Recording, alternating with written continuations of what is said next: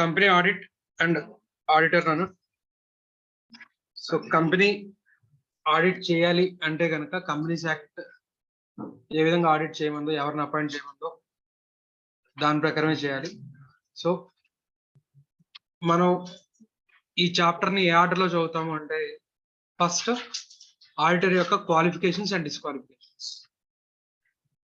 So అంటే auditor గా ఎవరు ఎలిజిబుల్ ఉండడానికి కంపెనీకి అనేది చూస్తాం.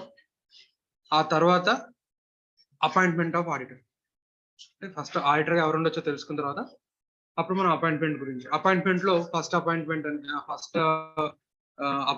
చెప్పి, సబ్సిక్వెంట్ అపాయింట్మెంట్స్ అని చెప్పి ఇలాగా government company, non government company ఇలాగ కాన్సెప్ట్స్ ఉంటాయి. సో ఒక లాజికల్ ఆర్డర్ లో వెళ్తాము. వాడిని అపాయింట్ చేసిన తర్వాత డబ్బులు అయితే ఇవ్వాలి కదా. సో రెమ్యూనరేషన్ తర్వాత డబ్బులు తీసుకుంటే సరిపోదు, పనులు చేయాలి కదా. సో అతనికి ఉన్నటువంటి రైట్స్ అండ్ డ్యూటీస్, హక్కులు మాత్రమే కదా, ఎప్పుడు కూడా డ్యూటీస్ కూడా ఉంటాయి. సో రైట్స్ అండ్ డ్యూటీస్ చూడాలి. So rights and duties, rights మరి డ్యూటీస్ ఏవైతే ఉంటాయో అవి మరి పక్కగా ఫాలో అవుతున్నాడు అనుకోండి, కంపెనీకి ఆడిటర్కి కాన్ఫ్లిక్ట్ రావచ్చు, కావలిస్తే ఆడిటర్ని తీసి పడేయచ్చారు.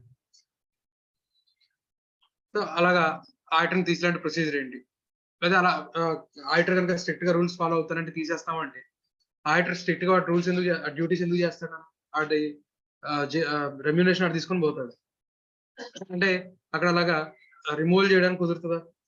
కుదరదు. కంపెనీస్ యాక్ట్ కొంత సేఫ్ గార్డ్స్ ఇచ్చింది, రైట్. సో అలాగే ఇప్పుడు అపాయింట్మెంట్ ఆడిటర్ రిపోర్ట్ ఎవరికి అడ్రస్ చేస్తూ ఇవ్వాలి? అసలు ఎందుకు ఆడిటర్ అనే కాన్సెప్ట్ ఎందుకు తీసుకొచ్చాం కంపెనీలో? మనకి సోల్ ప్రొపరేటర్ లో బిజినెస్ డబ్బు పెట్టేది వాడే, బిజినెస్ రన్ చేసేది వాడే. కానీ కంపెనీలో ఏం జరుగుతుంది? షేర్ హోల్డర్ డబ్బులు పెడుతున్నారు, మేనేజ్మెంట్ కంపెనీని రన్ చేస్తుంది. So that management May exploit companies wealth for their own benefit. So అలా జరగకుండా ఒక కాన్సెప్ట్ ఉంది. అంటే ఆడిటర్ ఇప్పుడు ఎవరి తరఫున పనిచేయాలి? షేర్ హోల్డర్స్ తరఫున పనిచేయాలి. అంటే షేర్ హోల్డర్స్ కి రిపోర్ట్ ఇస్తారు. సో ఇక్కడ షేర్ హోల్డర్ ని కాపాడడం కోసం, and at the same time government ఏవైతే లెజిస్లేషన్స్ అవన్నీ పెట్టినా అవన్నీ కూడా కంపెనీ ఫాలో అవుతుందా లేదా అనేది కూడా ఒకసారి చెక్ చేసే పని. సో అల్టిమేట్లీ షేర్ హోల్డర్ యొక్క ఇంట్రెస్ట్ ని కాపాడడం కోసంగా ఆడిటర్ అనేవాడు ఉంటాడు, రైట్. ఇంకా షేర్ హోల్డర్ యొక్క ఇంట్రెస్ట్ ని ప్రొటెక్ట్ చేయడం కోసంగా కంపెనీస్ యాక్ట్ లో ఇంకా నెంబర్ ఆఫ్ చెక్స్ ఉంటాయి. సో లైక్ ఇండిపెండెంట్ డైరెక్టర్ అని కానివ్వండి, ఇలాంటివన్నీ కూడా చాలా ఉంటాయి. సో ఆడిటర్ అనేవాడు కూడా షేర్ హోల్డర్ ఇంట్రెస్ట్ ని కాపాడడంలో భాగంగా ఒక check mechanism by companies act అన్నమాట. సో ఫస్ట్ మనం కంపెనీ యొక్క ఆడిటర్ గా ఉండడానికి ఎవరు ఎలిజిబుల్ అనేది చూస్తాం మనం. సెక్షన్ 141. చాలా రేర్ గా నేను సెక్షన్స్ గుర్తుపెట్టుకోమని చెప్తాను కంపెనీస్ యాక్ట్ లో. ఈ సెక్షన్ గుర్తుపెట్టుకోవాల్సిన సెక్షన్ 141 అనగానే qualifications and disqualifications of the auditor. అందులో సబ్ సెక్షన్స్ సహా వరుసలో గుర్తుంటే బెటర్. సబ్ సెక్షన్స్ కూడా వరుసలో గుర్తుపెట్టుకుంటే కనుక చాలా బెటర్. సరే, ఫస్ట్ సెక్షన్ 141 ఎలిజిబిలిటీ కనుక చూస్తే,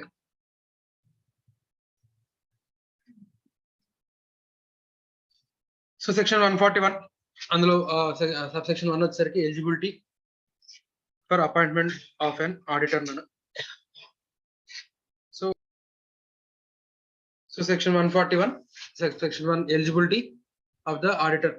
సో కంపెనీకి ఆడిటర్ గా అపాయింట్ చేయడానికి ఎవరు ఎలిజిబుల్ అంటే కనుక ఇండివిజువల్ ఫర్మ్.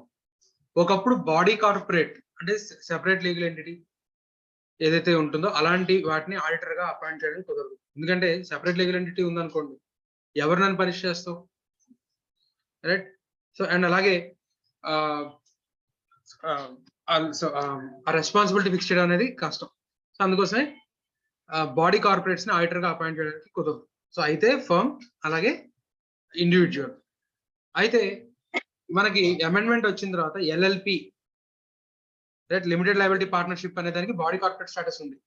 కానీ ఒక ఎక్సెప్షన్ ఏంటంటే లిమిటెడ్ లయబిలిటీ పార్ట్నర్ ని కూడా ఆడిటర్ గా అపాయింట్ చేయొచ్చు. And at the same time ఒకప్పుడు ఏదైతే ఫర్మ్ అని చెప్తున్నామో, ఫర్మ్ అని చెప్తున్నామో అందులో అందరూ చార్ట్ అకౌంటెంట్సే ఉండాలి.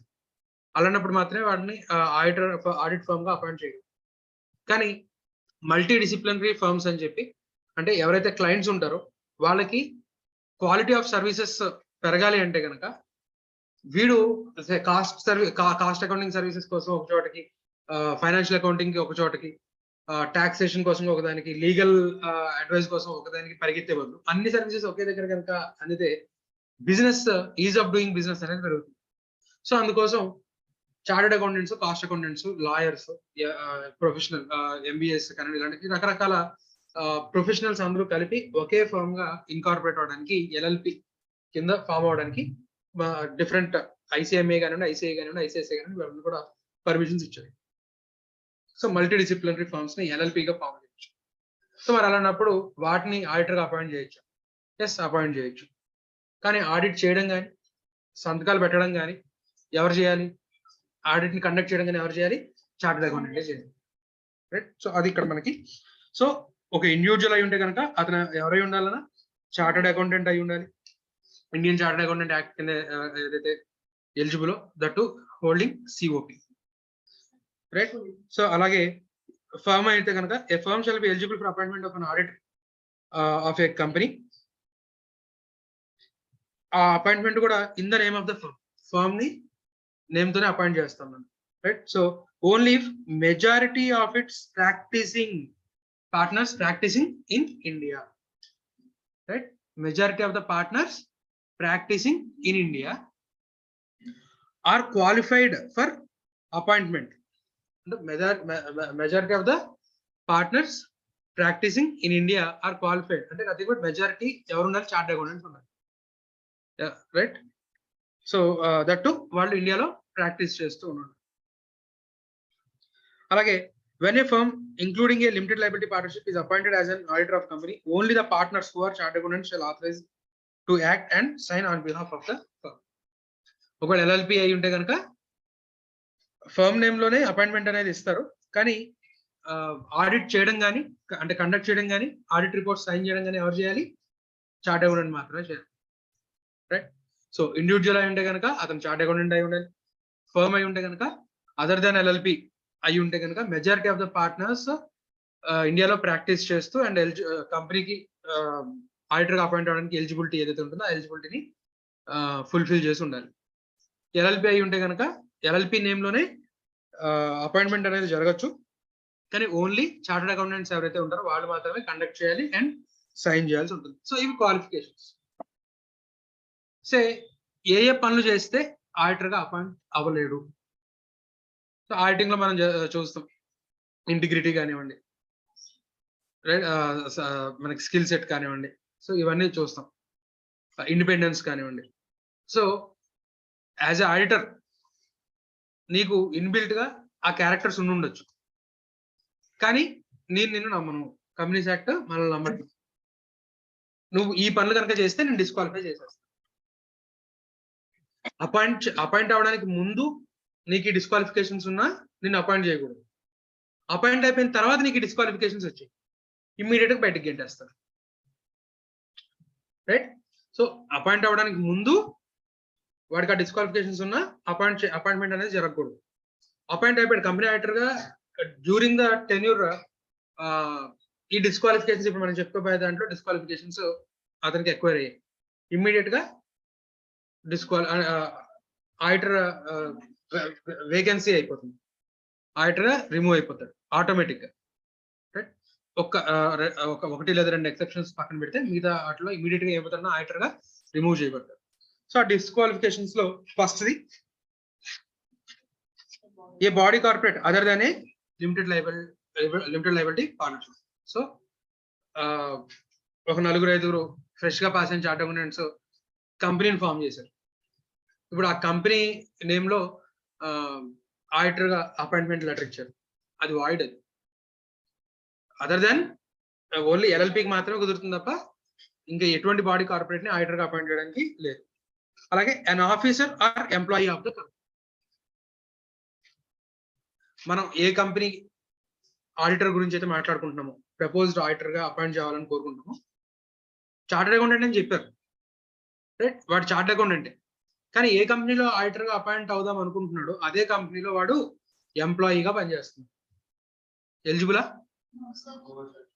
కొన్ని డైరెక్టర్ గా పనిచేస్తున్నాడు, కొన్ని ఆఫీసర్ గా పనిచేస్తున్నాడు.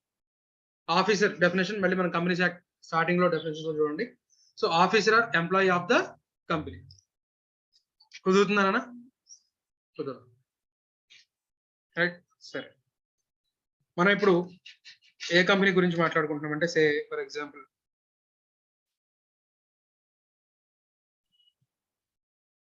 A limited. ఈ కంపెనీకి ఆడిటర్ గా సమ్ ఎక్స్ అనే పర్సన్ అపాయింట్ చేద్దామా వద్దా అనే దాని గురించి మాట్లాడుకుంటున్నాం మనం.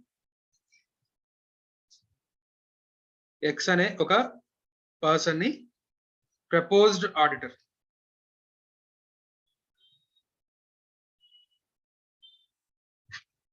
సో ప్రపోజ్డ్ ఆడిటర్ వీడికి ఇప్పుడు మనం చెప్పుకున్న డిస్క్వాలిఫికేషన్స్ ఉంటే కనుక ఆడిటర్ గా అపాయింట్ చేయడానికి కుదరదు.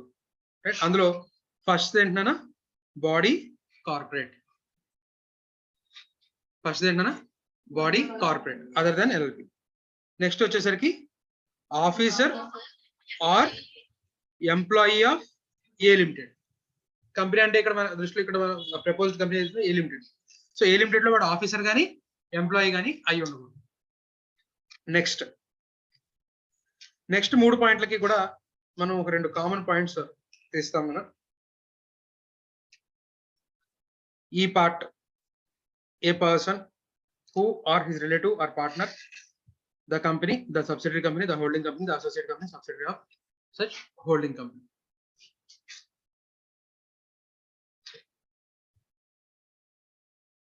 ఇప్పుడు నెక్స్ట్ మనం మాట్లాడబోయే 3 పాయింట్స్ కి గురించి కూడా. సో ఏ లిమిటెడ్, ఎక్స్ అనే పర్సన్ గురించి మాట్లాడుకుంటున్నాం కదా. వీడు ప్రపోజ్డ్ ఆడిటర్ కానీ ఈ ఎక్స్ యొక్క రిలేటివ్ కానీ లేదా పార్ట్నర్ కానీ లేదా a person who or his relative or partner. అందువరకు ఎక్స్ యొక్క రిలేటివ్ కానీ పార్ట్నర్ కానీ. సో రిలేటివ్ అంటే ఎవరు? రిలేటివ్ డెఫినేషన్ చూస్తే కనుక, సో ప్రపోజ్డ్ ఆడిటర్ ఇక్కడ రిలేటివ్ గురించి చూస్తే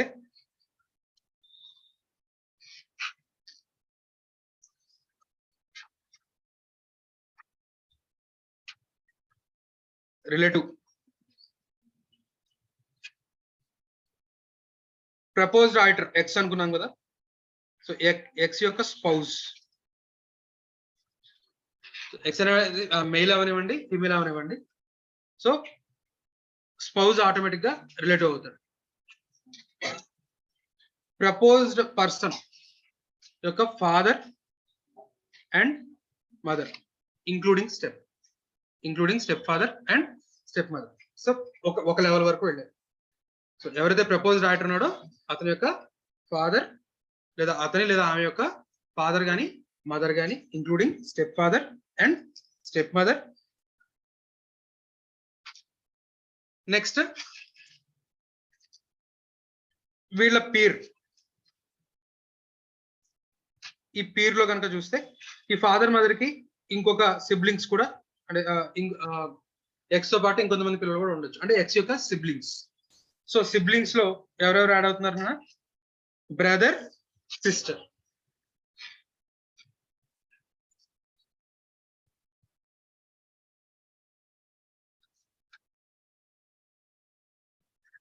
సో ఎక్స్ యొక్క బ్రదర్ ఆర్ సిస్టర్ ఇద్దరు ఉన్నారనుకోండి, ఇద్దరు. So brother sister including step brother and step sister.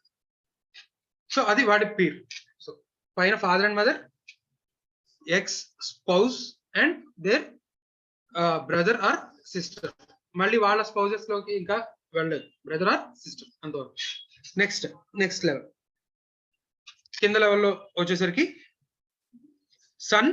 Sons wife, daughter's husband.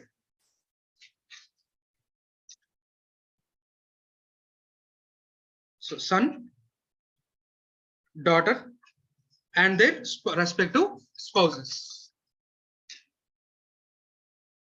and their respective spouses, right, including stepdaughter and stepson, including son's wife, including stepson, daughter matram stepdaughter లేదు, right? So ఇది relative, right? So father, mother, అలాగే spouse, daughter, brother and sister, son, son's wife, daughter, daughter's husband. Son లో వచ్చేసరికి including step sun కూడా ఉన్నారు, right? So ఇది relative. Next, so partner అంటే మనకు తెలిసిందే. సో ఎక్స్ రిలేటివ్ కానీ పార్ట్నర్ కానీ ఇప్పుడు మనం చెప్పుకోబోయే ట్రాన్సాక్షన్ కనుక చేస్తుంటే వాళ్ళు ఈ కంపెనీకి ఆడిటర్ గా పనికిరారు. ఏ లిమిటెడ్ కానీ మళ్ళీ ఎవరెవరి దాంట్లో ఎక్స్ ఆర్ పి. ఎక్స్ అంటే ప్రపోజ్డ్ ఆడిటర్, ఆర్ అంటే రిలేటివ్, పి అంటే పార్ట్నర్. ఈ ముగ్గురు ఏదైతే కంపెనీలో ఆడిటర్ గా అపాయింట్ అవ్వబడాలి అంటున్నామో ఆ కంపెనీలో కానీ ఆ కంపెనీకి సంబంధించినటువంటి హోల్డింగ్ కంపెనీ కానివ్వండి, ఏ లిమిటెడ్ కి సంబంధించినటువంటి సబ్సిడరీ కానివ్వండి, రైట్? అలాగే so company, its subsidiary company, its holding company, associate,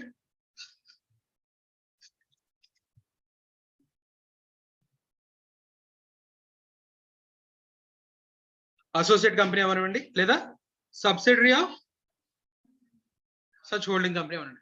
5 company, companies holding company, companies subsidiary company, companies associate company, subsidiary of holding company.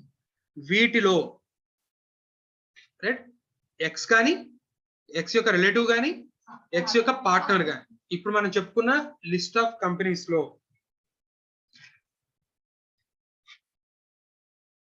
is holding any security.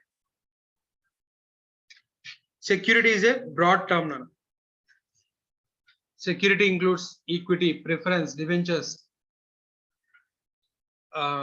futures and options. అదే మనకి puts కానివ్వండి, calls కానివ్వండి, long position కానివ్వండి, short position కానీ ఏదైనా సరే very broad term security అనేది, right?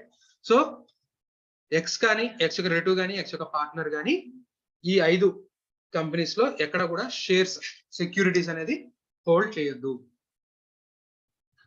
Hold చేసేట డిస్క్వాలిఫైడ్. లేదు, కంపెనీలో ఆడిటర్ గా అపాయింట్ అవ్వబడాలి అనుకున్న టైంకి లేవు, అపాయింట్ అయిపోయిన తర్వాత మరి షేర్స్ తీసుకున్నాడు, ఎక్స్ కానీ లేదా ఎక్స్ యొక్క వైఫ్ కానీ తీసుకున్నారు, లేదా ఎక్స్ యొక్క రిలేటివ్స్ షేర్స్ తీసుకున్నారు. అప్పుడు మరి పరిస్థితి ఏంటి? జనరల్ ఏమని చెప్పాం? ఇమీడియట్ గా ఆఫీస్ ఖాళీ చేసి వెళ్ళిపోవాలని చెప్పాం. సరే, వీళ్ళ వైఫ్ వరకు ఇతను కంట్రోల్ చేయగలడు, లేదా పార్ట్నర్ కూడా చెప్తాడు, అరే బాబు మనం ఈ కంపెనీకి ఆడిట్ చేస్తాం కదా, ఈ కంపెనీ షేర్స్ కొనొద్దు అని చెప్పి పార్ట్నర్ వరకు చెప్పగలడు, వాళ్ళ లైఫ్ పార్ట్నర్ వరకు చెప్పగలడు. Daughters husband, sons wife, right? అలాగే బ్రదరు సిస్టర్, ఫాదరు మదర్. ఇంతమంది డిమాట్ అకౌంట్లు, ఇంతమంది ట్రేడింగ్ అకౌంట్లు, వాళ్ళు ఏ రోజు ఏ షేర్లు కొంటున్నారు, ఏం అమ్ముతున్నారు, ఇవన్నీ ఎలా మానిటర్ చేయగలరు? రైట్? కాస్త క్లోజ్ ఫ్యామిలీ అయితే పర్లేదు, ఎప్పుడో 10-15 ఏళ్ళకి కలుసుకునే ఫ్యామిలీలు అనుకోండి, మరి ఎలా తెలుస్తుంది? దాన్ని సాగ్గా చూపించి ఆడిటర్ గా నువ్వు పనికిరావు, నువ్వు అర్జెంట్గా బయటకు వెళ్ళిపోమంటే ఎలాగా? సో కాబట్టి అక్కడ ఒక ఎక్సెప్షన్ ఇచ్చాడు. అతను కొనకూడదు, కానీ రిలేటివ్స్ కనుక కొంటే ఇక్కడ చూడండి. However, a person shall not be disqualified if his relative holds. ఇక్కడ ఎక్సెప్షన్ ఎవరికి? రిలేటివ్ కే, పార్ట్నర్ కి అను సెల్ఫ్ ఎక్స్ కాదు. ఎక్కడ ఇస్తున్నారు? ఓన్లీ రిలేటివ్ కి మాత్రమే, ఎందుకంటే అది కొంచెం కష్టం కాబట్టి. So relative holds any security in the company of face value not exceeding, దీన్ని 1 lakh అని రాసేసుకోండి. 1 lakh or such other prescribed amount అన్నారు. దాన్ని ఎంతకు ప్రిస్క్రైబ్ చేశారంటే 1 lakh ప్రిస్క్రైబ్ చేశారు. So 1 lakh right. రిలేటివ్ ఎంతవరకు హోల్డ్ చేయొచ్చు? 1 lakh వరకు షేర్స్ ని హోల్డ్ చేయొచ్చు. సే ఇవాళ మనం ఏ కంపెనీకి అయితే ఆడిటర్ అపాయింట్ అవుదాం అనుకుంటాం ఆ కంపెనీ షేర్ ప్రైస్ 5000 ట్రేడ్ అవుతుంది అనుకుందాం. ఇప్పుడు మన రిలేటివ్ ఒక 25 షేర్స్ కొన్నాడు, 30 షేర్స్ కొన్నాడు, 30 షేర్స్ కొన్నాడు. ఎంత ఉంది అమౌంట్? 1,50,000. సో అంటే రిలేటివ్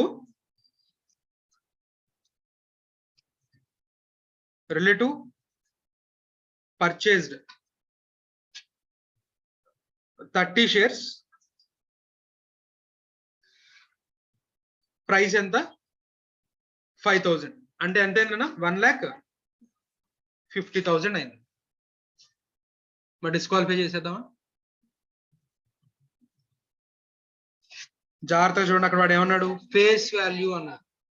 ఈ 5,000 రూపాయల ప్రైస్ మార్కెట్ ప్రైస్ లేదా trading price. Market price face value 2 rupees 10 rupees అనుకుందాం. ఇప్పుడు ఎంత కొన్నట్టున్నా అనేది ఈ 1,50,000 మార్కెట్ వాల్యూ ఉన్న షేర్స్ ఫేస్ వాల్యూ ఎంత? 30 షేర్స్ ఇంటూ ఒక్కొక్క షేర్ ఎంత? 10 రూపీస్ అంటే 300 రూపీస్. అంటే ఇంకెన్ని షేర్లు కొనుక్కొచ్చాడు? బోల్డ్ షేర్లు కొనుక్కోవచ్చు. ఫేస్ వాల్యూ చూడాలి. మార్కెట్ లో వాడు ఎంత కొన్నాడు లేకపోతే ఆ రోజు ఎంత ట్రేడ్ అవుతుంది అనేది మనకు అనవసరం. ఎన్ని షేర్లు కొన్నాడో దాని యొక్క ఫేస్ వాల్యూ ఎంత దాటకూడదు? 1 lakh దాటకూడదు.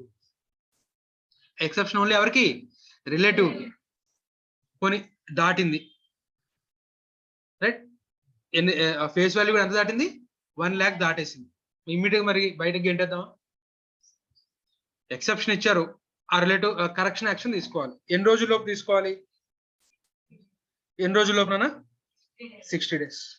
సో కరెక్షన్ యాక్టివ్ తీసుకోమన్నాం కదని చెప్పి ఆ రిలేటివ్ చంపేద్దామా? రైట్? వాడి చేత 1 lakh కంటే షేర్లు తక్కువకు వెళ్ళేలాగా చేయాలి. షేర్లు అన్ని అమ్మి లేదా కనీసం హోల్డింగ్ 1 lakh కంటే తగ్గించు అనేది చేయాలి. కరెక్టివ్ యాక్షన్ తీసుకోమని కదా అని చెప్పి కంపెనీస్ యాక్ట్ చెప్పిందండి, ఒకవేళ ఎవరికైనా రిలేటివ్ కి 1 lakh కంటే దాటితే కరెక్టివ్ యాక్షన్ తీసుకోమని, అందుకే లేపేశాను. రైట్? సో ఏం చేయాలి? 1 lakh కంటే తక్కువ వెళ్ళేలాగా చూసుకోమని చెప్పాలి ఫేస్ వాల్యూ. సో 60 days లోపు ఏం చేయాలన్నా కరెక్టివ్ యాక్షన్ తీసుకోవాలి. ఎక్సెప్షన్ ఎవరికి? Only relative. సెల్ఫ్ పార్ట్నర్ కి ఈ రూల్ అప్లై కాదు. నెక్స్ట్ మళ్ళీ same person, relative, partner, company, holding company, subsidiary company, associate company, subsidiary of holding company. దాంట్లో indebted in excess of such amount as may be prescribed. ఇప్పుడు prescribed amount ఎంతనా? 5 lakhs. Company నుంచి కానీ ఆ తోక company నుంచి కానీ 5 లక్షల కంటే ఎక్కువ అప్పు తీసుకుని ఉండకూడదు. ఎవరు? Proposed auditor, relative, partner. అప్పు తీసుకున్నారు, ఆడిటర్ డిస్క్వాలిఫై మనకి క్వాలిఫైడ్ రిపోర్ట్ ఇస్తాను అంటున్నాడు, లేకపోతే ఏదో అబ్జర్వేషన్ రాస్తాను అంటున్నాడు. అప్పు కట్టే అర్జెంట్ గా అనిపిస్తుంది. ఇండిపెండెన్స్ దెబ్బతింటదా లేదా? సర్లేండి, అయితే కాంప్రమైజ్ అవుదాం. రైట్? నేను రాయను, మీరు నన్ను అప్పడగలరు. రైట్? సో ఆడిటర్కి ఇండిపెండెన్స్ దెబ్బతింటాను. సో కాబట్టి indebted in excess of 5 lakhs. So అంటే అప్ టు 5 lakhs పర్లేదు అన్నమాట. రైట్? సో పర్సన్ కానీ indebted in excess of such amount as may be prescribed amount ఎంత? Maximum 5 lakhs. జనరల్ గా మనకి ఐసిఐ కోడ్ ఆఫ్ కండక్ట్ ఏం చెప్తుందంటే అసలు పైసా కూడా వదిలే, ఎందుకంటారు. కంపెనీ యాక్ట్ పర్మిషన్ ఇచ్చింది కానీ మీరైతే ఏం తీసుకోవద్దు. సరే, చాలా పెద్ద కంపెనీ అన్న, ఒక 6-7 సైట్ విజిట్స్ చేయాలి. ఆర్టికల్ స్టూడెంట్స్ కి ట్రైన్ టికెట్లు బుక్ చేయాలి, అకామిడేషన్ బుక్ చేయాలి. రైట్? ఫీజు అంటే సరే సంవత్సరం ఎండింగ్ లో తీసుకుందాం. మరి సంవత్సరం అంతా కనీసం ప్రతి 3 నెలలకు ఒకసారి సైట్ విజిట్ చేసి సర్ప్రైజ్ టెస్ట్లు, సర్ప్రైజ్ ఆడిట్స్ చేసుకోవాలి, సర్ప్రైజ్ విజిట్స్ చేసి, రైట్? లేదా వీళ్ళందరికీ మనకి అకామిడేషన్ కానివ్వండి, రైట్, లేకపోతే ట్రావెలింగ్ కానివ్వండి, ఫుడ్ కానివ్వండి, ఇవన్నీ ఆడిటర్ జేబుల నుంచి ఖర్చు పెట్టుకుంటూ పోతే ఎప్పుడో సంవత్సరం ఎండింగ్ లో వస్తాయి కదా. అంటే ఆడిటర్ దగ్గర డబ్బులు ఉండొచ్చు, ఉండకపోవచ్చు. అందుకోసంగా అడ్వాన్స్ తీసుకుంటే, ఇదిగో నువ్వు కంపెనీ నుంచి అప్పు తీసుకున్నావు అని చెప్పి కాంపిటేటర్ ఆడిటర్ వచ్చేసి, ఇదిగోండి ట్రాన్సాక్షన్ చూసారా, వీడి పేరు మీద అడ్వాన్స్ ఉంది 1,00,000 రూపాయలు, రైట్, అర్జెంట్ గా దీన్ని డిస్క్వాలిఫై చేసిందంటే మరి ఏమవుతుంది నాన్న? సో ఇక్కడ ఏంటి? ప్రోగ్రెసివ్ బేసిస్ గా ముందుగానే ఫీజు ఛార్జ్ చేసి ఇంకా మనం ఆడిట్ రిపోర్ట్ ఇచ్చిన తర్వాత దాని రెవెన్యూగా రికగ్నైజ్ చేయాలి, ఫీజు తీసుకోవాలి. ఈ లోపే తీసుకున్నాం అంటే దాని అర్థం ఏంటి? అడ్వాన్స్ తీసుకున్నాడు. అడ్వాన్స్ అంటే లోనే కదా. సో అలాంటి దానికి ఒకటి ఎక్సెప్షన్ ఇచ్చారు. రైట్, ఇంకొక ఎక్సెప్షన్ కూడా ఉంటుంది చూడండి. అండ్ అలాగే సరే ఆ కంపెనీ ఒక గ్రాసరీస్ కంపెనీ, జనరల్ గా ఆ కంపెనీ వాళ్ళ ఎవరైతే కస్టమర్స్ ఉంటారో వాళ్ళకి 1 month credit up to 1 lakh వరకు ఇస్తుంది. గ్రాసరీస్ కానివ్వండి అవి. సో ఆడిటర్ గ్రాసరీస్ కావాలి కదా. జనరల్ గా ఎప్పటి నుంచో అదే కంపెనీలో గ్రాసరీస్ పర్చేస్ చేస్తూ ఉంటాడు. ఆ రొటీన్ లో భాగంగా అతనికి కూడా క్రెడిట్ ఇచ్చారు. ఆడిటర్ అవ్వక ముందు అది జరుగుతా ఉంది, ఆడిటర్ అయిన తర్వాత కూడా జరుగుతుంది. సో జనరల్ గా అందరికీ ఇచ్చే క్రెడిట్ కదా. పోనీ గ్రాసరీ స్టోర్ పక్కన పెట్టండి, పోస్ట్ పెయిడ్ కనెక్షన్. సే ఒక జియోకి సంబంధించిన ఆడిటర్ ఉన్నాడు, నెలంతా సర్వీసెస్ యూటిలైజ్ చేసుకున్న తర్వాతే కదా పే చేస్తారు. రైట్, అతనికి ఇంట్లో కనెక్షన్ ఉండొచ్చు, ఆఫీస్ కనెక్షన్ ఉండొచ్చు. సో ఓవరాల్ గా నెలంతరికి వచ్చేసరికి ఒక 10,000 20,000 లో ఇంటర్డేట్ అవుతాడు. అది పే చేస్తాడు ఎప్పటికప్పుడు. అందరితో పాటు ఇస్తున్న క్రెడిట్ అనేది నెలకు ఒకసారి పే చేయమనేది. అంత మాత్రాన ఇదిగో నీకు అప్పు నువ్వు కంపెనీకి, నువ్వు ఆడిటర్ గా పనికిరావు, బయటకు పోమంటే, లేదు నువ్వు మా కంపెనీ ఆడిటర్ కాబట్టి మా సర్వీసెస్ వాడద్దు, రైట్, మీరు వేరే వోడాఫోన్ కో దేనికి వెళ్ళిపోండి అంటే. సో కాబట్టి ఈ 2 కేసెస్ లో ఎక్సెప్షన్ ఇస్తారు. రైట్,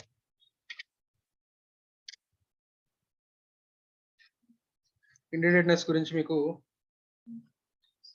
ఇక్కడ ఉంది చూడండి. So regarding indebtedness, if an auditor purchases on credit goods of the company of a value exceeding 5 lakhs, he shall be indebted to the company and consequently he shall vacate the office of auditor held by him. 5 lakhs కంటే ఎక్కువ ఉంటే కనుక vacate చేశారు. Even ఇది అందర్ customers కి ఎలా అయితే ఇస్తున్నామో సేమ్ టర్మ్స్ మీద ఇచ్చామండి అన్నా కూడా అనవసరం. ఎందుకంటే యాక్ట్ ఏం చెప్పింది? 5 lakhs కి మించొద్దని చెప్పింది. ఇది మా ఆర్డినరీ కోర్స్ ఆఫ్ బిజినెస్ లో మేము అందరికి 10 లక్షల వరకు క్రెడిట్ ఇస్తామండి, నేను కూడా అలాగే ఇచ్చాం. ఏం చేయాలి? నువ్వు ఎగ్జిట్ అయిపో. ఎక్సెప్షన్ ఎప్పుడు అంటే 5 లక్షల లోపు లేదా ప్రోగ్రెసివ్ బేస్డ్ గా ఫీజ్ కలెక్ట్ చేసుకోవడం. So if an auditor records fees from the company on a progressive basis, even though the audit has not been completed, he cannot be said to be indebted to the company and therefore he shall not vacate the vacancy of the officer held by him. So indebtedness కి exceptions ఏంటంటే 2. ఒకటి 5 lakhs లోపు in the ordinary course of business. ఎవరికి ఇవ్వట్లా, auditor కాబట్టి వీడికి ఇచ్చారు, కుదురుతుందా? తీసుకోండి. So in the ordinary course of business less than 5 lakhs వరకు పర్లేదు. And at the same time progressive basis గా ఏదైనా ఫీజ్ చార్జ్ చేసి ఉంటే అది కూడా ఇండిడెట్నెస్ అయినట్టు కాదు. రైట్, 3వది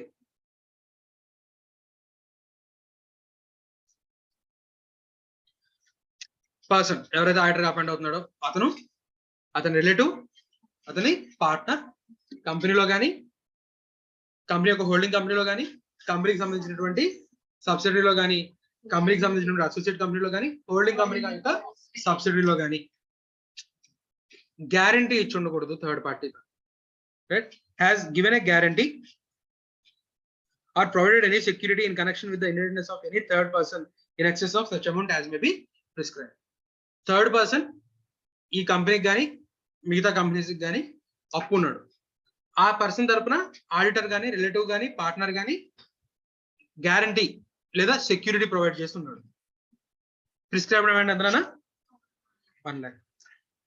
1 lakh వరకు పర్లేదు. 1 lakh దాటితే ఇన్ ఎక్సెస్ ఆఫ్ 1 lakh అయితే కనుక డిస్క్వాలిఫికేషన్ ఎక్వైర్ అవుతుంది. 1 lakh లోపు నో డిస్క్వాలిఫికేషన్. 1 lakh దాటి కనుక సెక్యూరిటీ ఇచ్చినట్లయితే రైట్, ఒకవేళ ఇంకా ఆడిటర్ గా ప్రపోజ్డ్ ఆడిటర్ అయి ఉంటే అపాయింట్ చేయొద్దు. ఆల్రెడీ ఆడిటర్ అయి ఉంటే కనుక vacate the office. Right, so ఇక్కడికి మనకి 4 అయ్యాయి. అంతేనా? ఫస్ట్ ఏంటి? Body corporate. రెండోది officer or employee of the company. మూడోది partner or officer of the ఇక్కడ ఇంకో partner or officer of okay C point miss అయింది. Officer or employee of the company. First body corporate, రెండోది officer or employee. అలాగే మూడోది వచ్చేసరికి a person who is partner of an officer or employee. Officer or employee యొక్క partner కానివ్వండి, లేదా a person who is in employment of an officer or employee of the company. C point వచ్చేసరికి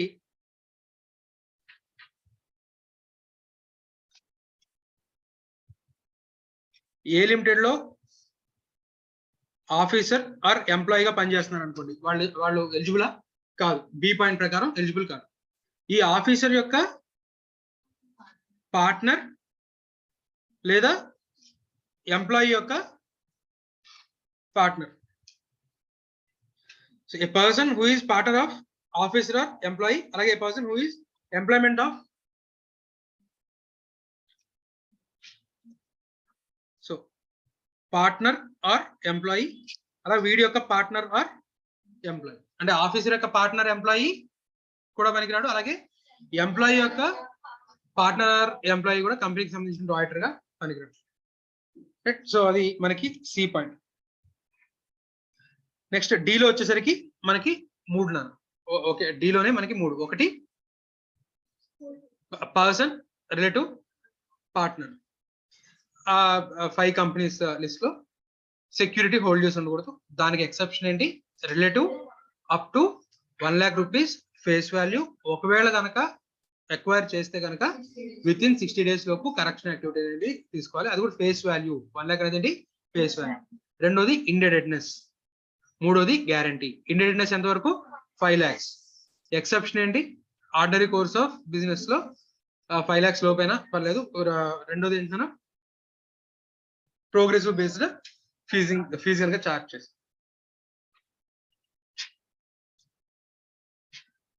next ఈ point, 5th point. A person or firm కూడా auditor గా appoint చేయొచ్చు అని చెప్తున్నాం కదా. So person or firm who directly or indirectly has business relationship of such nature as may be prescribed with. ఇక్కడ ఇందాక మనం చెప్పుకున్న 5+1 ఇంకొక కంపెనీ యాడ్ అయింది. ఏం యాడ్ అయిందో చెప్పండి అన్న. Subsidiary of such associate company ఒకటి యాడ్ అయింది. 5 కంపెనీలు ఉన్నాయి, దానికి ఇంకొకటి ఏమైంది? Subsidiary of such associate company. ఏముంటే కనుక disqualified? Business relationship of such nature as may be prescribed. Right, so business relationship అంటే ఏంటో ఇక్కడ చెప్తారు చూడండి. So as per rule 10, the term business relationship shall be constituted as any transaction entered into for commercial purpose except. ఇప్పుడు మనం చెప్పుకోబోయే 2 తప్ప మిగిలినవి ఏవైనా సరే బిజినెస్ రిలేషన్షిప్ ఉన్నట్టు. రైట్, అంటే ఆ 2 తప్ప మిగిలిన ఏవైనా సరే బిజినెస్ రిలేషన్షిప్ ఉన్నట్టు. అందులో first the commercial transactions which are in the nature of professional services permitted to be rendered by an auditor or audit firm under the chartered accountants act 1949. Chartered accountants act చెప్పింది as auditor గా ఉంటూ నువ్వు ఇంకా ఎలాంటి services కంపెనీకి ఇవ్వచ్చు, permitted services అనేది చెప్పింది. సో ఆ పర్మిటెడ్ సర్వీసెస్ గురించి చూద్దాం. అవి నెక్స్ట్ సే ఏ అపోలో హాస్పిటల్స్ కో ఆడిటర్ ఉన్నాడు, ఆ నియర్ బై ఆయన ఇల్లు కూడా. రైట్, ఆయనకి ఏదో సమ్ ప్రాబ్లం ఏమో వచ్చింది. రైట్, దగ్గరలో ఆ హాస్పిటలే ఉంది, అర్జెంట్ గా హాస్పిటలైజ్ చేయాలి, హాస్పిటల్కి తీసుకెళ్లారు. రైట్, ఇప్పుడు ఆయన చెప్తున్నాడు లేదు ఆడిటర్ గా ఉన్నాం, ఇప్పుడు నేను కనుక పేషెంట్ గా యాడ్ ఇక్కడ కనుక జాయిన్ అయితే బిజినెస్ రిలేషన్షిప్ వచ్చేస్తుంది. రైట్, ఆడిటర్ గా నేను రిమూవ్ అయిపోతాను. మనకున్న పెద్ద క్లయింట్ ప్రాణం పోతుంది, క్లయింట్ పోతాడు. ఈ రెండిట్లో ఏదో ఒకటి చూస్ చేసుకోవాల్సిన పరిస్థితి. రైట్, లేదా అక్కడ అకౌంట్స్ డివిజన్ లో ఉన్న పర్సన్ మీరు అర్జెంట్ ముందు ఆడిటర్ గా రిజైన్ చేసేస్తూ సంతకం పెట్టండి, అప్పుడు మిమ్మల్ని ఇన్పేషెంట్ గా మేము అడ్మిట్ చేసుకుంటాం. రైట్, ఆడిటర్ రూమ్ నుంచి బయటకు వచ్చేయండి, పేషెంట్ రూమ్ లోకి తీసుకెళ్తాం. ఇలాంటి ప్రాబ్లమ్స్ వస్తాయి. రైట్, లేదా ఎయిర్లైన్స్ కి సంబంధించిన ఆడిటర్ అర్జెంట్ గా ఎక్కడికి వెళ్ళాలి, టికెట్ కొనుక్కొని ఎయిర్పోర్ట్ కి వచ్చాడు. సార్ మీరు ఆడిటర్, మీరు కనుక ఇప్పుడు ట్రావెల్ చేస్తే కనుక బిజినెస్ రిలేషన్షిప్ వచ్చేస్తుంది. రైట్, మీ టికెట్ మేము క్యాన్సిల్ చేసేస్తాం. సో ఇలాంటి ప్రాబ్లమ్స్ వస్తాయి కాబట్టి ఇలాంటి వాటిని దృష్టిలో పెట్టుకొని వేటికి ఎక్సెప్షన్ ఇచ్చాడు.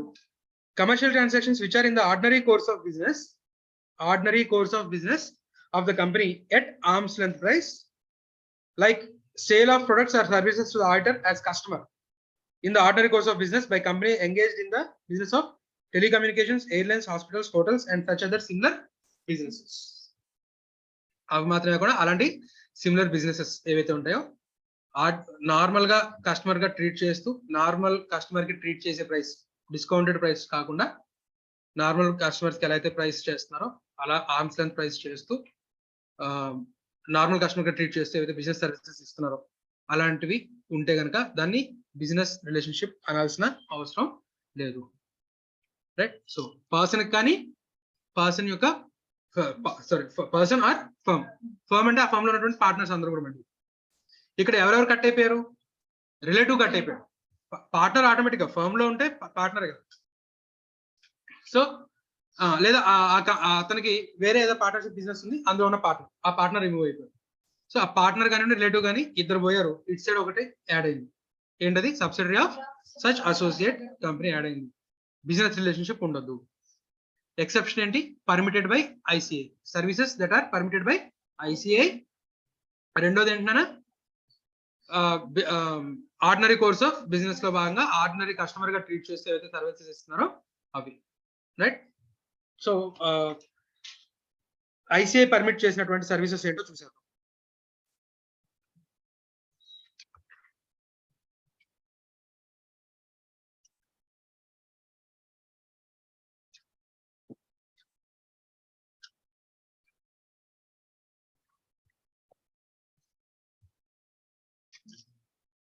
సెక్షన్ 144 లో ఏవైతే పర్మిట్ చేస్తున్నాడో అవి మాత్రమే చేయాలి. అలాగే నెగిటివ్ లిస్ట్ లో ఏవైతే చెప్తున్నాడో అవి ఎట్టి పరిస్థితుల్లో స్టాట్యూటరీ ఆడిటర్ గా ఉండనివ్వద్దు. యాజ్ ఆడిటర్ మనం ఆ సర్వీసెస్ ఇస్తాం, దాన్ని ప్రొహిబిట్ చేయట్లా. ఏ కంపెనీలో అయితే ఆడిటర్ గా ఉన్నావో ఆ కంపెనీకి ఆ సర్వీసెస్ ఇవ్వద్దు అని చెప్తున్నాడు. So section 144, an auditor shall provide to the company only such other services as approved by board of directors or audit committee. So audit services కాకుండా ఇంకా మాకు అడిషనల్ గా ఈ సర్వీసెస్ ఎలాగో మాకు వేరే ఆడిటర్ హెల్ప్ తీసుకోవాలి, దాని బదులు మీరే మాకు ఆ సర్వీసెస్ ఇచ్చేస్తే ఆ ఫీజు ఏదో మీకే ఇచ్చేస్తాం. సో అవి ఎవరు అప్రూవ్ చేయబడాలి? Board, audit committee. ఒకవేళ కొన్ని కంపెనీస్ ఆడిట్ కమిటీ అనేది కంపల్సరీ. ఆడిట్ కమిటీ అనే దాని గురించి చదువుతాము. సో ఆడిట్ కమిటీ ఉన్నటువంటి కంపెనీ అయితే కనుక ఎవరి చేత అప్రూవ్ చేయబడాలి? Audit committee. ఆడిట్ కమిటీ అవసరం లేని కంపెనీ అనుకోండి, అంటే చిన్న కంపెనీస్ అనుకోండి కాసేపు, ఎవరు అప్రూవ్ చేయాలి? Board of directors. సో అంటే ముందుగానే ఆడిటర్ నుంచి ఏ మనం సర్వీసెస్ తీసుకోబోతున్నామో వాటికి సంబంధించి బోర్డ్ ఆఫ్ డైరెక్టర్స్ మీటింగ్ లో డిస్కషన్ జరిగి సచ్ అదర్ సర్వీసెస్ మనం ఆడిటర్ దగ్గర నుంచి తీసుకోవచ్చు అని అప్రూవల్ తీసుకుంటే అలాంటి సర్వీసెస్ మాత్రమే ఇవ్వాలి. ఈవెన్ అప్రూవ్డ్ ఇక్కడ మనం కింద చెప్తున్నటువంటి 9 సర్వీసెస్ మాత్రం ఎట్టి పరిస్థితుల్లో యాజ్ ఏ స్టాట్యూటరీ ఆడిటర్ కూడా నువ్వు ఇవ్వకూడదు. ఏది? Even if board approves. Right. So prohibited service అంటాడన్నా shall not provide directly or indirectly to the company or to the holding company, indirectly to the company or its holding company or subsidiary company. ఇక్కడ మూడే, a limited, దాని యొక్క holding company, దాని యొక్క subsidiary company, ఇంతవరకు ఇక్కడ మూడింటితోనే restrict అవుతుంది section 144. ఏ services ఇవ్వకూడదు? Accounting and book keeping services ఇవ్వకూడదు, ఇంటర్నల్ ఆడిట్ సర్వీసెస్ ఇవ్వకూడదు, design and implementation of financial information system ERP. Right. ERP ఏదైతే ఉంటుందో దాన్ని డిజైన్ ఈ విధంగా చేయండి, ఇంప్లిమెంటేషన్ ఈ విధంగా చేయండి. ఆ ఈఆర్పిలో ఇంటర్నల్ కంట్రోల్ సెట్ చేసింది నువ్వు సెట్ చేసిన దాంట్లో ఏదో తప్పు జరిగింది, నువ్వే కంపెనీ ఆడిటర్, సైలెంట్ గా దాన్ని తప్పించేస్తావు కానీ ఎందుకు రిపోర్ట్ చేస్తావు? రైట్. సో కాబట్టి design and implementation of financial information systems ఏవైతే ఉంటాయో ఆ సర్వీసెస్ కనుక నువ్వు ఇచ్చుంటే ఆ కంపెనీ స్టాట్యూటరీ ఆడిటర్ గా వద్దు. యాక్చురియల్ సర్వీసెస్, ఇన్సూరెన్స్ కి సంబంధించి సర్వీసెస్, వాల్యుయేషన్ సర్వీసెస్ కూడా ఇచ్చి ఉండొద్దు. అలాగే ఇన్వెస్ట్మెంట్ అడ్వైజరీ ఇవ్వద్దు, ఇన్వెస్ట్మెంట్ బ్యాంకింగ్ సర్వీసెస్ ఇవ్వద్దు, rendering or outsource financial services, management services ఇంకా ఏం ప్రిస్క్రైబ్ చేయలేదు. కానీ ఇంకా ఒకవేళ ఫ్యూచర్ లో సెంట్రల్ గవర్నమెంట్ దృష్టికి ఏమైనా వస్తే ఇక్కడ యాడ్ చేసేస్తాం, ప్రిస్క్రైబ్ చేస్తాం. సో ఇప్పటికి మనకి 8 ఉన్నాయి. ఆర్ సచ్ అదర్ ప్రిస్క్రైబ్డ్ అంటారు. సో ఒకటి internal audit, accounting and book keeping services ఇవ్వద్దు, ఇంటర్నల్ ఆడిట్ ఇవ్వద్దు, design and implementation of financial information system ఇవ్వద్దు, రైట్. అలాగే actuarial services, investment advisory and investment banking services ఇవ్వద్దు, rendering of outsourced financial services and management services ఏవి కూడా నువ్వు ఇవ్వకూడదు as a statutory auditor గా ఉంటూ, right.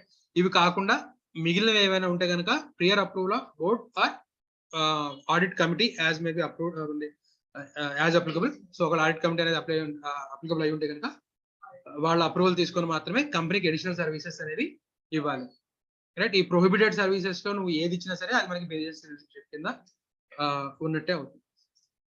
With prior approval of board ఈ 8 కాకుండా వేరే సర్వీస్ ఏదో ఇస్తున్నాడు, అది బిజినెస్ రిలేషన్షిప్ కిందకి వస్తుందా? రాదు. ఎందుకంటే first exception approved by ICI అని చెప్పి అనుకున్నాం కదా. సో అలాగా అప్రూవ్డ్ ఐసిఐ కింద వస్తుంది. సో ఈ సెక్షన్ 144 అయింది.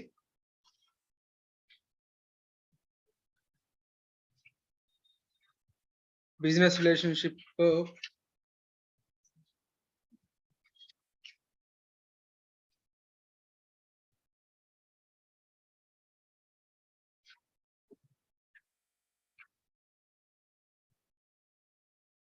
రైట్. నెక్స్ట్ పాయింట్ అన్న, ఏ person whose relative is a director or is in employment of the company as a director or key managerial person. ఎవరైతే ప్రపోజ్డ్ పర్సన్ ఎవరైతే ఉన్నారో ఆ ప్రపోజ్డ్ పర్సన్ యొక్క రిలేటివ్ ప్రపోజ్డ్ కంపెనీ యొక్క director గా కానీ లేదా కీ మేనేజర్ పర్సన్ గా కానీ ఎంప్లాయీ అయి ఉంటే కనుక కీ మేనేజర్ పర్సన్ అయి ఉంటే కనుక ఆ కంపెనీకి ఆడిటర్ గా ఉండదు, రైట్. ఇక్కడ మళ్ళీ మనకి తోక కంపెనీలు లేవు, ఓన్లీ ఏ లిమిటెడ్. ఎక్స్ వీడి రిలేటివ్ ఏ లిమిటెడ్ లో,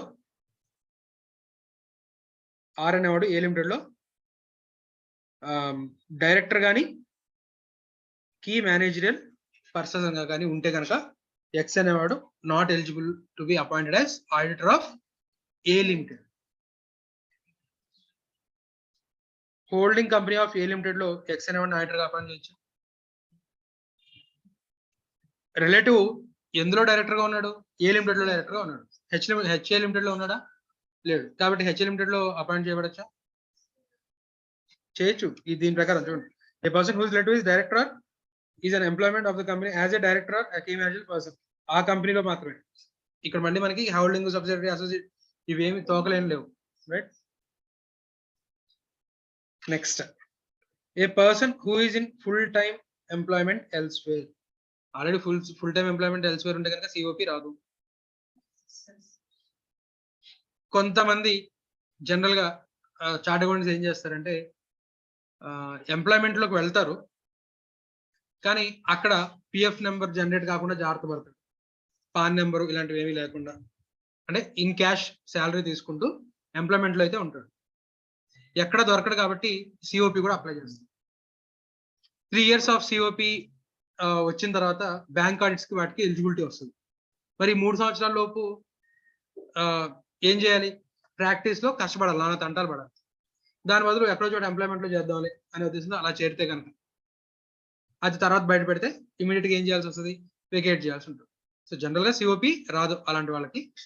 సో అలా ఎక్కడైనా ఫుల్ టైమ్ ఎంప్లాయ్మెంట్ లో ఉంటే కనుక అలాంటి పర్సన్ కూడా ఎలిజిబుల్ కాదు. నెక్స్ట్ ఈ పార్ట్నర్ సే ఒక పర్సన్ తరతరాలుగా వాళ్ళ తాతలు ముత్తాతలు అందరూ ఆడిటర్లే, చాలా పెద్ద నెట్వర్క్ ఉంది, రైట్. ఒక ఏరియాలో ఉన్నటువంటి 70-80 కంపెనీల ఆడిట్లో వాళ్ళే చేసేస్తారు. మొత్తం ఏ కంపెనీ అయినా సరే ఆ చుట్టుపక్కల కంపెనీ కనుక ఇన్కార్పొరేట్ అయితే చాలు, అది వాళ్ళ దగ్గరికి ఆడిట్కి వెళ్తుంది. సరే వెళ్తే మంచిదే, పర్లేదు. కానీ ఉండేది 2-3 ఆడిటర్లు ఉన్నారు.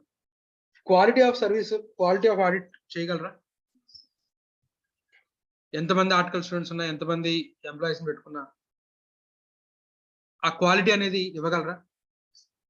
ఇవ్వలేరు. అంటే ఎక్కువ కంపెనీస్ వెళ్ళే కొద్దీ క్వాలిటీ అయిపోతుంది, తగ్గిపోతుంది. అదొక point of view. And at the same time అందరు ఆడిటర్లకు కూడా బ్రెడ్ అండ్ బటర్ ఇవ్వాలి కాబట్టి ఆ పాయింట్ ఆఫ్ వ్యూ ఆలోచించి పెట్టినా కూడా ఇది మనకి రెండు సైడ్లు ఆలోచించినట్టు పెట్టినటువంటి ప్రొవిజన్. సో క్వాలిటీ పర్పస్ కోసంగా ఒక ఆడిటర్ మాక్సిమం ఎన్ని కంపెనీస్ ఆడిట్ చేయగలంటే 20 కంపెనీస్ ఆడిట్ చేయగలరు. Companies act statutory audits, tax audit పక్కన పెట్టండి, అది సెపరేట్ సెక్షన్. కంపెనీస్ యాక్ట్ ప్రకారంగా ఆడిటర్ గా ఎన్ని కంపెనీలకి మించి ఉండలేడు అన్న 20కి మించి ఉండలేడు. సరే, ఒక పర్టికులర్ ఆడిటర్ ఆ చుట్టుపక్కల ఎక్కువ స్టార్ట్అప్స్ ని ప్రోత్సహిస్తున్నాడు, ఉన్నటువంటి సోల్ ప్రొపరేటర్స్ వీళ్ళందరికీ కంపెనీ గురించి చెప్తూ మీరు అందరూ కంపెనీలోకి మారండి బెటర్, అది ఇది Solomon versus Solomon case study చెప్పేసి అందరినీ కంపెనీల కిందకి మార్చేస్తుంది. వాళ్ళ టర్న్ ఓవర్లు పెద్దగా ఏమీ ఉండవు. ఇప్పుడు అలాంటి కంపెనీలో ఆడిటర్ గా అపాయింట్ చేయించేసుకొని ఫీజు 1000 రూపాయలు, 2000, 3000, 5000, 10,000 చార్జ్ చేస్తుంది.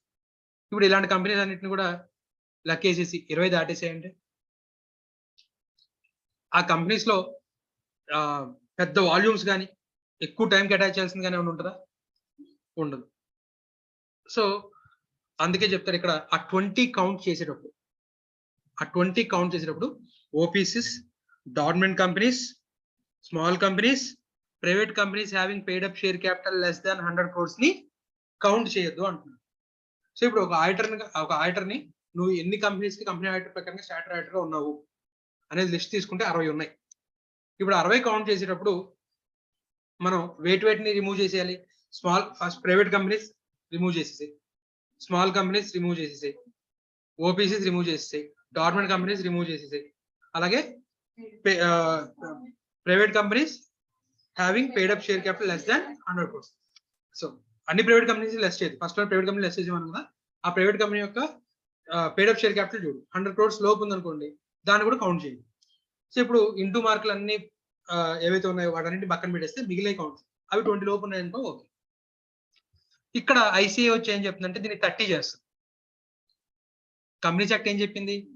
20 మించి కంపెనీస్ ఆడిటర్ గా ఉండదు అని చెప్పింది.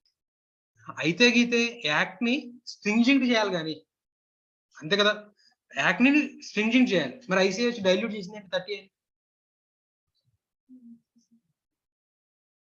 ఐసీఐ చెప్పిన 30 ఇంక్లూడింగ్ ఓపీసీస్, ఇప్పుడు మనం ఏవైతే ఎక్స్క్లూడ్ చేయమనో ఇవన్నీ కలుపుకొని నీకు 30 దాటదు. అంటే బిగ్ కంపెనీస్ 20 ప్లస్ మిగిలిన కంపెనీస్ 10. నువ్వు ఇలాంటి చిల్లర మల్లర కంపెనీస్ 27 ఉన్నావు. ఇంకా కంపెనీస్ యాక్ట్ ప్రకారం మనకి ఇంకా ఎన్ని కంపెనీస్ కి ఆడిటర్ గా ఉండడానికి ఛాన్స్ ఉంది? 20 ఉంది. కానీ కంపెనీస్ యాక్ట్ ప్రకారం, మన ఐసీఐ యాక్ట్ ప్రకారం నువ్వు ఎన్ని తీసుకోగలవు? 3 తీసుకో. లేదు కంపెనీస్ యాక్ట్ ప్రకారం నాకు ఇంకా 20 తీసుకుంటారంటే ప్రొఫెషనల్ మిస్కండక్ట్ అవుతుంది. ప్రొఫెషనల్ మిస్కండక్ట్ అయితే కనుక చార్టెడ్ అకౌంటెంట్ యాక్ట్ ప్రకారంగా నువ్వు చార్టెడ్ అకౌంటెంట్ కి కొన్నాళ్ళు సస్పెండ్ చేయడం ఏదో చేస్తావు. సో చార్టెడ్ అకౌంటెంటే కాదు నువ్వు, అలాంటి ఫస్ట్ క్వాలిఫికేషన్ ఏదైతే ఉందో eligible to be appointed as chartered accountant under chartered accountants act 1949 అన్నా కదా, అక్కడ ఎలిజిబిలిటీ లేదు కాబట్టి పోయింది. రైట్. సో ఇది మనకి ceiling limit for company audit అన్నమాట. Next, a person who has been convicted of an offense under involving fraud and a period of 10 years has not elapsed from the date of such conviction. శిక్ష వేయబడి 10 సంవత్సరాలు దాటితే convict చేయబడి 10 years expire అయిపోయి ఉండాలి. అది కూడా దేని కింద? ఫ్రాడ్ కింద. రైట్. ఏ మర్డర్ కింద అయితే పర్లేదు, మళ్ళీ జైల్లో ఉన్నంతకాలం అయితే పర్లేదు, జైల్లోంచి వచ్చిన వెంటనే ఆడిటర్కి వెళ్ళిపోవచ్చు. ఫ్రాడ్ కాదు కదా. జైల్లో ఉన్నంతకాలం ఎలాగో ఇన్ఎలిజిబుల్, జైల్లోంచి బయటకు వచ్చిన తర్వాత ఇమీడియట్ గా ఆడిటర్ అయిపోవచ్చు. అదే ఫ్రాడ్ అయి ఉంటే కనుక ఎన్ని సంవత్సరాలు ఆగాలి? 10 years ఆగాలి. కన్విక్షన్ కంప్లీట్ అయిపోయిన దగ్గర నుంచి 10 years ఆగాలి. రైట్. ఫ్రాడ్ మాత్రమే. Next, a person who directly or indirectly renders any services referred to in section 144 to the company or its holding company or its subsidiary company. ఇక్కడ only section 144 లో చెప్పిన section services కనుక ఇస్తుంటే ఎవరికి? కంపెనీకి కానీ, company యొక్క సబ్సిడరీ కానీ, కంపెనీ యొక్క హోల్డింగ్ కంపెనీకి కానీ. మిగిలిన తోకలు లేవు. అక్కడ సెక్షన్ 144 లో చెప్పిన దాని మీద ఇక్కడ ఒకటి యాడ్ చేశాడు. ఏంటవి? Holding and subsidiary companies add చేశాడు. అలాంటి డైరెక్ట్ గా కానీ ఇండైరెక్ట్ గా కానీ. సే జనరల్ గా ఆడిటర్స్ ఎవరైతే ఉంటారో వాళ్ళు ఆడిట్ ఫర్మ్ ఏదైతే ఉంటుందో అది కాకుండా సెపరేట్ గా ఒక కంపెనీ, ఫైనాన్షియల్ సర్వీసెస్ కంపెనీ కానివ్వండి, అడ్వైజరీ కంపెనీ కానివ్వండి, ఇలాంటివి పెడతారు. సో దాని ద్వారా మనం చెప్పిన బుక్ కీపింగ్ సర్వీసెస్ అలాంటివి చేస్తూ చార్జ్ చేస్తాం. నేను కాదు కదా సర్వీస్ ఇస్తుంది, సమ్ సెపరేట్ కంపెనీ. ఆ కంపెనీ ఎవరిది? నీది, నువ్వే. అంటే ఇండైరెక్ట్ గా ఇస్తున్నారు. లేదు నీ లోగోని వాడుకున్నా, లైక్ ఇప్పుడు మనకి కేపీఎంజీ కానివ్వండి, డెలైట్ ఉందని, అవి ఆడిట్ ఫర్మ్సే. కానీ వీటి నేమ్ ని ఇవి ఫైనాన్షియల్ అడ్వైజరీ సర్వీసెస్ కంపెనీస్ కి లెండ్ చేస్తాయి. అంటే లెండ్ వాళ్ళే ఫైనాన్షియల్ అడ్వైజరీ సర్వీసెస్ పెడతారు. సో ఇప్పుడు అలాంటి కంపెనీస్ ద్వారా సర్వీసెస్ ఇస్తున్నాయి అనుకోండి, ఇండైరెక్ట్ గా ఇస్తున్నాడు, రైట్? సో అలా డైరెక్ట్ గా కానీ ఇండైరెక్ట్ గా కానీ సెక్షన్ 144 లో చెప్పినటువంటి సర్వీసెస్ ప్రొవైడ్ చేయకూడదు. చేస్తుంటే కనుక డిస్క్వాలిఫికేషన్ అనేది వస్తుంది.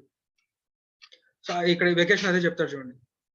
If after appointment the auditor incurs any disqualification mentioned under section 141(3), he shall vacate his office as such auditor.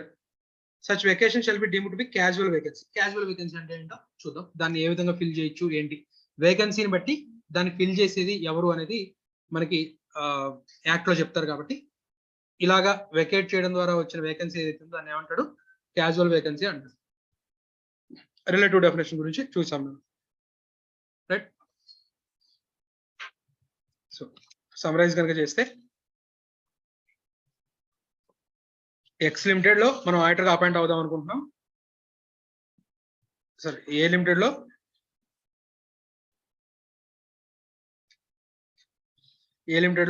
Auditor గా అపాయింట్ అవుదాం అనుకుంటున్నాం.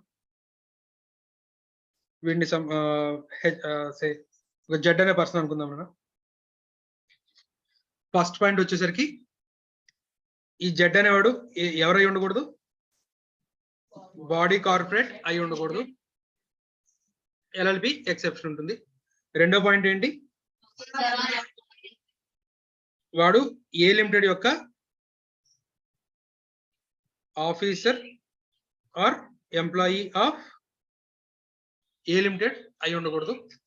అలాగే సి వచ్చేసరికి ఈ officer or employee of A limited కి partner or employee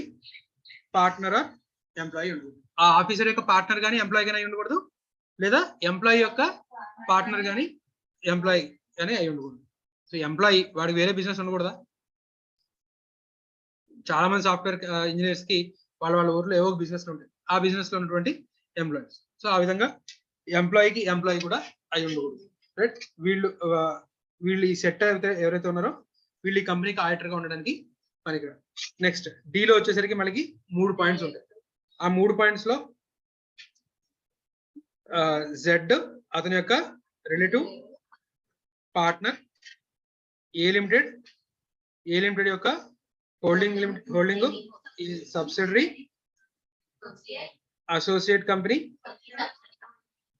subsidiary of holding companies లో holding any securities exceeding 1 lakh face value, right? Security అయితే hold చేయొద్దు. 1 lakh కూడా గుర్తుపెట్టేసుకోండి. ఆడిటర్ కానీ ఆడిటర్ యొక్క పార్ట్నర్ కానీ సెక్యూరిటీ హోల్డ్ చేయొద్దు, ఒక్క సెక్యూరిటీ కూడా హోల్డ్ చేయొద్దు. కానీ రిలేటివ్ కి ఎంతవరకు ఎక్సెప్షన్ ఇచ్చారు? 1 lakh ఫేస్ వాల్యూ. ఒకటి 1 lakh ఎక్సీడ్ అయితే కనుక 60 days లోపు కరెక్ట్ యాక్షన్ తీసుకోవాలి. అక్కడే మనకి థ్రెషోల్డ్ లిమిట్స్ కూడా గుర్తుపెట్టి ఆ కింద 1 lakh అని రాస్తాను. సో హోల్డింగ్ సెక్యూరిటీస్ హోల్డ్ చేయొద్దు. సెక్యూరిటీస్ హోల్డ్ చేయడానికి ఎక్సెప్షన్ ఎవరికి ఇచ్చారు? రిలేటివ్ కి. ఎంతవరకు హోల్డ్ చేయొచ్చు? Up to 1 lakh face value hold చేయొచ్చు. అప్ టు 1 lakh హోల్డ్ చేయొచ్చు.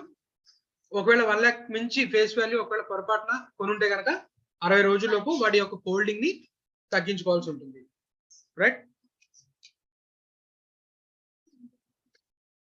రెండోది వచ్చేసరికి ఇండెటెడ్నెస్. ఇది ఎక్సెప్షన్ లిమిట్ ఎంతనా? 5 lakhs లోపు. అండ్ అలాగే ordinary course of business, right? ఇంకో ఎక్సెప్షన్ ఏంటి? ప్రోగ్రెసివ్ బేస్డ్ గా ఏదైతే ఫీజు కలెక్ట్ చేస్తాడో అది కూడా మనకి ఇండెటెడ్నెస్ కిందకి రాదు. మూడోది ఏంటి? Guarantee and given security. ఎంతవరకు? 1 lakh. 1 lakh లోపు పర్లేదు, 1 lakh దాటితే కనుక డిస్క్వాలిఫై. థర్డ్ పార్టీ ఏది తోక కంపెనీస్ అన్నింటిలో ఏ కంపెనీకి అయినా సరే లోన్ తీసుకున్నాడు ఎవడో, వాడి తరపున నువ్వు వెళ్ళి సెక్యూరిటీ ఇచ్చావు లేదా గ్యారంటీగా ఉన్నావు, 10 పరకు అయితే పర్లేదు, 1 lakh దాటితే మాత్రం డిస్క్వాలిఫై అవుతుంది. అక్కడికి మనకి డి పాయింట్ అయింది. నెక్స్ట్ పాయింట్ ఏంటన్నా, ఈ వచ్చేసరికి ఏంటి, బిజినెస్ రిలేషన్షిప్. బిజినెస్ రిలేషన్షిప్ ఏనా? సో బిజినెస్ ఎటువంటి టైప్ ఆఫ్ బిజినెస్ రిలేషన్షిప్ కూడా ఉండకూడదు. ఒకటి ఒక ఎక్సెప్షన్ ఏంటన్నా, పర్మిటెడ్ సర్వీసెస్ బై ICAI. ఇంకొకటి ఏంటి, మనకి airlines, telecommunications, hospitals, similar hotels and similar business లో ఆర్డినరీ కస్టమర్ గా ట్రీట్ చేస్తూ ఆర్డినరీ కోర్స్ ఆఫ్ బిజినెస్ లో ఆర్మ్స్ లెంత్ ప్రైస్ కనుక ఏవైతే సర్వీసెస్ ఇస్తున్నాయో వాటిని బిజినెస్ రిలేషన్షిప్ గా ట్రీట్ చేయాల్సిన అవసరం లేదు. నెక్స్ట్ ఎఫ్ వచ్చేసరికి ఏంటన్నా, ఇప్పుడు జెడ్ యొక్క రిలేటివ్ ఏ లిమిటెడ్ లో డైరెక్టర్ గానీ కీ మేనేజర్ పర్సన్ కానీ అయి ఉంటే ఏ లిమిటెడ్ లో అపాయింట్ చేయబడడానికి వీల్లేదు. జెడ్ అనేవాడు ఏ లిమిటెడ్ కి ఆడిటర్ గా అపాయింట్ అవ్వద్దు, కానీ ఏ యొక్క హోల్డింగ్ కంపెనీలో కానీ లేకపోతే ఏ యొక్క సబ్సిడీలో కానీ మనకి అవ్వచ్చు. నెక్స్ట్ ఎఫ్ తర్వాత నెక్స్ట్ దాంట్లో ఏంటన్నా, ఫుల్ టైమ్ ఎంప్లాయ్మెంట్ అలాగే సీలింగ్ లిమిట్ 20. ఫుల్ టైమ్ ఎంప్లాయీగా ఉన్నవాడిని ఆడిటర్ గా అపాయింట్ చేయకూడదు. అంటే వీడి దగ్గరే కాదు, ఏ లిమిటెడ్ లో ఫుల్ టైమ్ ఎంప్లాయీగా కాదు, ఇంకెక్కడ ఫుల్ టైమ్ ఎంప్లాయీగా ఉన్నా ఏ లిమిటెడ్ లో ఆడిటర్ గా ఉండడానికి కుదరదు. ఏ కంపెనీలో ఉండడానికి కూడా పనికిరాదు, ఏ కంపెనీలోనే కాదు, ఏ కంపెనీలో ఉండడానికి కూడా పనికిరాదు. ఫుల్ టైమ్ ఎంప్లాయీగా ఉంటే కనుక ఏ కంపెనీలో కూడా ఆడిటర్ గా అపాయింట్ చేయబడడానికి కుదరదు. రైట్. అలాగే సీలింగ్ లిమిట్ 20, ICAI ప్రకారం అయితే కనుక 30. ఈ 20 కౌంట్ చేసేటప్పుడు వెయిట్ ని మనం కౌంట్ మీటర్ లోకి తీసుకోకూడదు.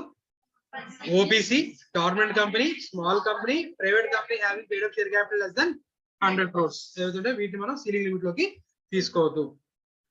నెక్స్ట్ వచ్చేసరికి ఏంటన్నా, ఫ్రాడ్ కన్విక్ట్ అయ్యి 10 years దాటలేదు, అపాయింట్ చేయడం కుదరదు. 10 years దాటింది కుదరదు, అంతేనా? ఐ వచ్చేసరికి సెక్షన్ 144 విత్ బోర్డ్స్ అప్రూవల్ ఏదైతే సర్వీసెస్ ఇవ్వచ్చో అవి కనుక ఇస్తుంటే.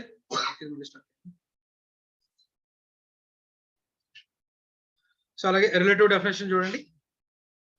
ఒకవేళ పై క్వాలిఫికేషన్స్ డిస్క్వాలిఫికేషన్స్ ఆడిటర్ గా ఉన్నప్పుడు కనుక వస్తే ఇమ్మీడియట్ గా ఆఫీస్ ని వెకేట్ చేయాల్సి ఉంటుంది. ఒక రిలేటివ్ అండ్ అలాగే రిలేటివ్ మోర్ దాన్ 1 lakh అప్పుడు ఇమీడియట్ గా వెకేట్ చేయాల్సిన అవసరం లేదు, 60 days టైం ఉంటుంది. సో ఆ కేసులో తప్ప ఇమీడియట్ గా వెకేట్ చేయాల్సి వస్తుంది. ఆ వెకేషన్ ఏదైతే ఉందో దాన్ని క్యాజువల్ వేకెన్సీగా ట్రీట్ చేస్తారు. క్యాజువల్ వేకెన్సీని ఏ విధంగా మనం ఫిల్ చేయాలో మనం నెక్స్ట్ క్లాస్ లో చూస్తాం. దీని కింద మీకు ఏవైతే ప్రాక్టీస్